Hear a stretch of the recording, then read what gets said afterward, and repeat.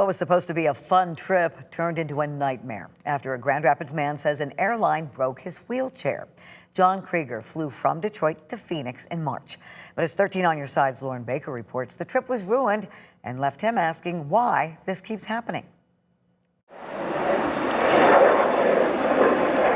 Looking at these photos, you'd think Jon Krieger and Amy Fry we were so excited, had a blast on their trip to Phoenix. We were going to Arizona for the first 4 days, and then we had a national park site road trip planned. A trip they've been looking forward to for months. But if you look at these photos, a different story lies behind these smiles. It's not just about the money, it's about the treatment of people's mobility devices. In this story, Krieger, who has cerebral palsy, is talking about his own device. He says when he and his partner got off their American Airlines flight from Detroit to Phoenix on March 5th, they discovered his power wheelchair was broken. We needed an instant technician because my mobility arm is my legs.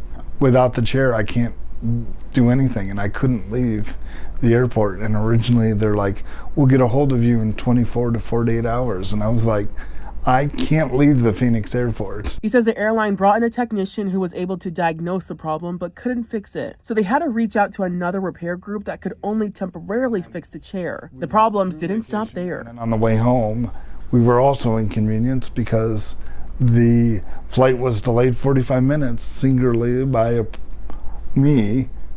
We were already loaded, and then they had us leave because they said that the chair wouldn't fit this time.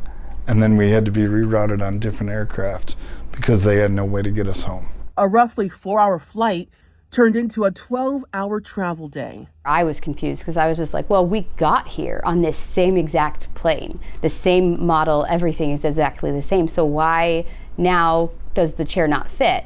Which makes sense to why almost $8,000 worth of damage was done to his wheelchair. The couple says they went through all the steps to make sure the wheelchair would fit before this trip. There were multiple calls to the airline before our flight. They never asked dimensions of the chair. They were very specific about the weight and the type of battery that was flying. Under the Department of Transportation Air Carrier Access Act, airlines are responsible for paying to repair damaged wheelchairs. Now, in this case, Krieger says American Airlines is paying to repair his chair. Currently, his wheelchair partially works but has not been fully repaired. Along with a $400 credit given to the couple, the airline's customer relations apologized in an email Krieger provided to us, saying in part, quote, "While I'm glad to hear that our air support team members were helpful, it's clear that the follow-up support you received did not meet the level of care and respect you should expect from us," end quote. Krieger says it's not just about the compensation. They don't realize that, okay, yes, you paid for the repair, but what about the struggles that came with their life? He wants to know that American Airlines will stop doing this to others. We're all humans. We should all get the same treatment.